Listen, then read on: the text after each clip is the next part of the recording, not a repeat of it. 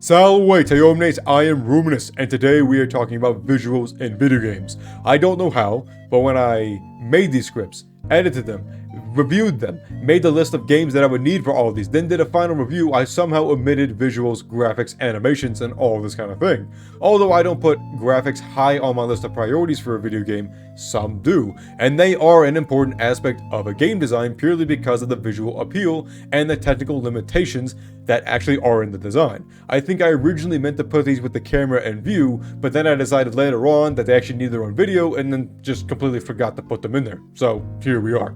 We are talking about graphics, animation, and style, which I will call collectively the visuals. The reason I separate these terms is because they are all related to the visual aspect of the game, but they are unique in their own way, and they handle different needs of the game. Graphics are the crisp, clear visuals in the model. Can you see the details, the creases, the veins, the pores, and all that kind of thing in a character model? Graphics are what actually define and give the clear image. Animations are the movements of the characters, both playable and non-playable. Do the movements look realistic, cool, flashy, but otherwise, do the movement look silly and ridiculous and disjointed? Or does it look like someone is actually filing paper into a fax machine? Where is my 9-to-5 job simulator? Actually, there probably is one. I haven't researched that, there probably is one. And this Code Simulator, man, I really don't know what to tell you. And now the third aspect is style, which is when the visuals are shifted from realism to match a certain style. It could be anime style, it could be cinematic, it could be flashy, surreal, it could be hyper-saturated colors, it could be completely muted. It depends on what you want to do. Style can be done to match the thematic mechanics and make the action of the game and story match the visuals, or perhaps it's done because of a limited budget because they can't create super hyper-realistic models without having it lag in the game. Before I continue with the games, I do want to get a little technical. First, graphics, or how crisp and beautiful a game looks, is detailed by the polygon counts. Computers can't actually form a curve, which is why in drawings and 3D animations, we talk about polygon counts. Polygons are shapes with straight lines. Look around you. Seriously. Take a moment to look around at anything natural and create a list of objects with straight lines and angles. It will be very short. This is why humans like curves, because it is more natural. In order to make a curve in a computer, and thus a game, we make a bunch of lines and bend them slightly, which translate to a high polygon count. From a far enough distance, these lines become invisible and create a curve. The more polygons, the closer you can be before you notice a slide that we create before your eyes. Second, you may be wondering why we just don't make all games with high polygon counts to make it all voluptuous. Computers have processors and memory, which are fancy technical terms to tell the limit of how much it can think and react in a single moment. This is why having too many tabs open in Chrome or having too many apps open will slow down or crash your computer, console, or phone. It just can't do all of it. This is where those snobs with PC Master Race come in, because computers can be upgraded with better brains, but consoles can't. If you have too many polygons and high-res graphics, you overload the computer, console, phone, and makes it lag. And then you hear Scotty, I'm giving it all she's got, Captain. However, people like consoles because they are plug and play. It puts restrictions on the developers, which can be a good thing. Ever get an assignment at school without a rubric? What in the rancid applesauce am I supposed to do to get an A? Developers can't go beyond the console, and so the polygons and how many objects need to fit within the limits of the console. Third, the uncanny valley. Most have probably heard of this term, but I will define it anyway for anybody unaware. The uncanny valley is the representation of a visual or audio object that is just off from a real life thing. The reason it's called a valley is because the graph goes from butt sauce to bad to decent to good to get away from me and drop it into Mount Doom to beautiful. The reason it is creepy is because it is so close to being real, but there's something off that makes it horrific. In terms of graphics and art, it tends to be when things are too perfect and symmetrical. Remember when I asked you to look at natural things? How many were perfectly symmetrical? Human faces are quasi-symmetrical. We have 2 arms, legs, eyes, ears, and so on, yet these features are not actually symmetrical. One eye may be closer to the nose, the chin may be pointy, one leg may be slightly shorter. So when something is uncanny, it is typically because it is almost real, but it is too perfect or not realistic enough with its animations to make it real, and so we want to murder it. My advice when making anything, make sure there are slight imperfections to make it actually seem real rather than fake. Despite the large clamor for high-res and infinite polygon counts, I would declare that most players actually just want enough visual clarity, the graphics, to easily display what is on screen. No one, at least no one sensible, will demand games with lower graphics. What I mean is that there's a threshold or limit that the general audience is willing to accept. Most indie games have lower graphics, maybe even 8-bit or 16-bit, because that is what they can afford to do. What you need to be careful of is that your graphics and style match the game that you are trying to make. If you are making a puzzle or hunting game, the details need to be clear enough for the player to see the items, animals, or whatever easily, so more crisp details, fine lighting, and sharp angles or clear colors are necessary. Oh Jesus, oh my god! Stop!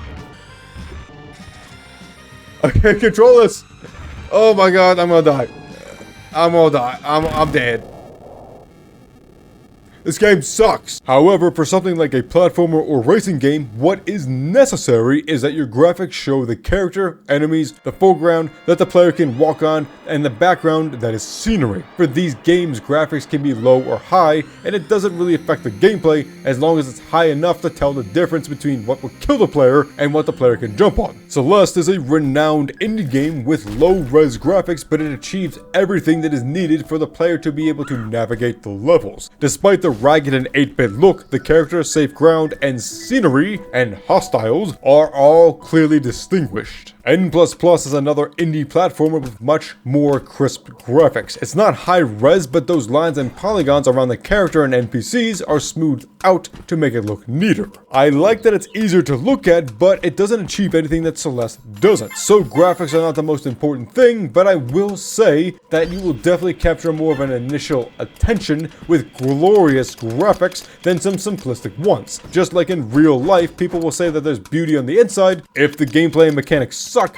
then people will ditch your beautiful game for one that doesn't refuse to take out the trash and keep piling filth onto a can that is clearly overflowing. Whoever said that women were cleaner than men, they lied. Everyone is disgusting, and I hate all of you. Animations are the movements of objects and characters in games. Part of animation is something called keyframing, where the creator specifically makes specific points in the movement, often second by second or even shorter, to create a visual or movement that they want. When making animations, we rely on computers to do most of the work. Computers will do a lot of the movements, they will do a lot of the math for us, but keyframing allows us to supersede that and specifically make what we want, because computers often just generalize things and sometimes create that uncanny valley, and so we can override that with keyframing. Most AAA games nowadays will use motion capping, where actors will dress in hilarious green screen suits with bubbles to regard the specific movements. This helps make the animation process faster and also more realistic, although most animators still have to keyframe a bit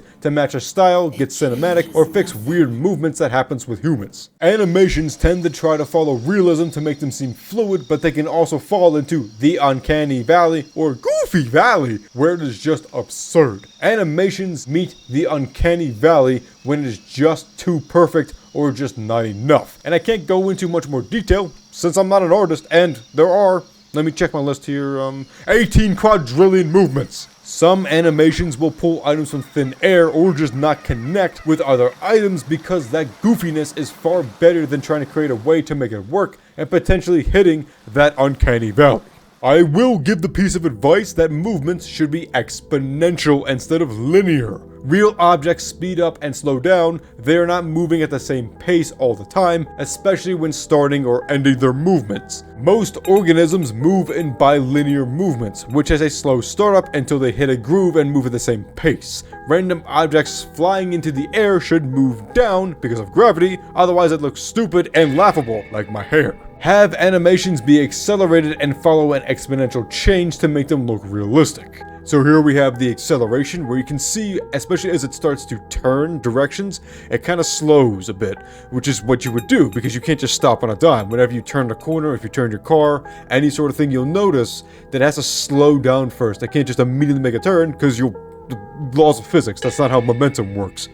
and I'll show you linear as to see why it's so jarring in a second. And so here we can actually see where the linear shift becomes, and there are points where it actually still does accelerate, but in the middle here, right about here, is when, there you go, is where it's going to shift to linear, where it literally just shifts from going here back to here.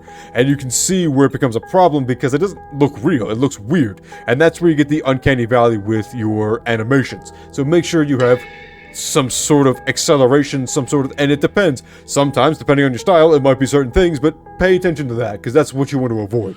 Style is the particular form for graphics in animation. This is where realism gets twisted and transformed to achieve specific visuals. Anime-style games will tend to have more exaggerated or bigger animations because this is what anime does to make it seem like the attack is more powerful compared to realistic movements. So real style games will have the graphics be oversaturated with colors and probably low res, but this gives the world more beauty and flavor. Not everything needs to be realistic, but the animations and graphics must match the style. Adding different styles can conflict and cause the goofy or uncanny valley and make the player annoyed. Exaggerated animations and a realistic game can add humor, but make sure that is the effect you want to have. Nothing breaks the engagement of a player more than the animations not matching the themes and style of the game, and nothing breaks the immersion more than when the style does not match the story or music. Since these are intense topics where games can have a wide variety of good and bad, I will focus on games which epitomize the best and worst of each of these categories. There are plenty of indie games with bad animations or graphics, but I don't want to bash them because they are hard to do. Art is not easy, and good art is expensive. Many indie games are low-res 2D or less combat or action-heavy for this reason. The graphics in the original Resident Evil are some absolute rusty nails, but most games in that era, in 3D, weren't much better. The game's scenery is realistic photos and the in-game assets are low-res 3D, so they're easily distinguished. The problem is in the original is that the items are also low-res, small, and sometimes blend in with the background. This makes gathering all the items difficult as some items are not easy to see and some are just completely hidden. Compile this with getting chased by paparazzi who just want to taste of my delicious skin, and the graphics are not suitable for the player to easily notice items in a room all the time. The cameras are pointed often at important items, but ammo and random assisting items are not always focused and can be missed. This is where guiding or assistive mechanics, like a shimmering light, can help offset the graphical limitations. Ape Escape is another 3D game in the early days, but uses visual aspects to overcome the weak graphics. The different colors, large shapes, and blinking lights all help the player dissect the level. The monkeys, the collectible items in the game, are clearly contrasted against the background, and the obstacles and the climbing objects are large enough to see clearly in the 7 polygons that this game has. Facial animations are hard to get correct without entering the uncanny valley. Horizon Zero Dawn has multiple issues with facial animations because the movements were not individually crafted for each character. For most RPG games, the animators will craft a series of mouth movements to match each letter and sound, then apply that to the character based on the dialogue. The issue is that the characters tend to have differently sized heads, and it can cause some issues as the movements don't match the actual frame of the face. The reason this is done is because keyframing is a delicate, time-intensive process, and handcrafting each dialogue would take years in itself. For my game, I plan to move the camera to the side to obscure the character's mouth a bit and make it less noticeable, but then you have the issue of some dialogue not matching the theme or intensity of the dialogue because the camera is pointed away or at a goofy angle. But then again, indie developers do what you have to do to save on costs and problems in the uncanny valley. Mass Effect Andromeda got a lot of heat for its facial animations because they were goofy. Where Horizon may seem stiff or uncanny, Andromeda is completely off the mark for its themes and conversations. Naughty Dog does really well with facial animations, particularly because the actors have cameras and motion capturing on, but also because the animators will keyframe every cutscene to fix any imperfections in the recording or in the translation between human jaw and character jaw. Then we have Skyrim's animations, particularly the attacking and mining animations. All of the attacking animations feel weak, as if the character's in a play, not trying to actually kill. The movements are slow and slight.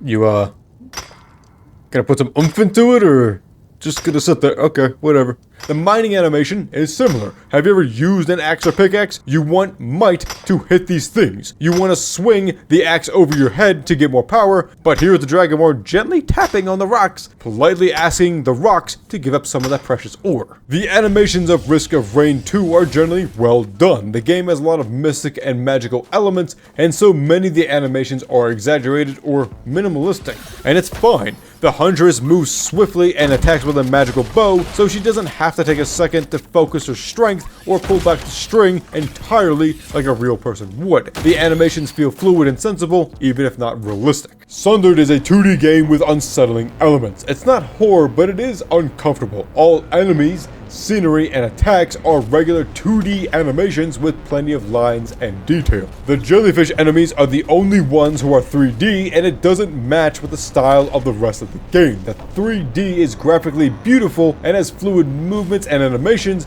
but it feels disconnected from the rest of the game's style, as if they took assets from an online store or another game and just shoved it in there. Because of this, it feels weird, and it feels like it doesn't belong in the rest of the game. God of War 3 has a section at the penultimate scene of the game where the main character is thrust into a nightmare realm where he must face his past demons. Although the aspects, mechanics, and story are weak here, the shift in style works wonderfully. The entire realm is dark and obscure, reflecting the idea of being lost, and the character is ethereal to show that he's in some sort of ghost realm. The graphics are diluted a bit to reduce the detail, giving it more haunted look as the facial and body features are scraped away. In terms of creating an unsettling and dark theme and visuals, this section mastered the idea, even though the rest of the game is so different in style. In essence, we need to ensure that the movements, visual clarity, and the unique designs match within themselves, but also to the gameplay, the mechanics, the sound, and also the music.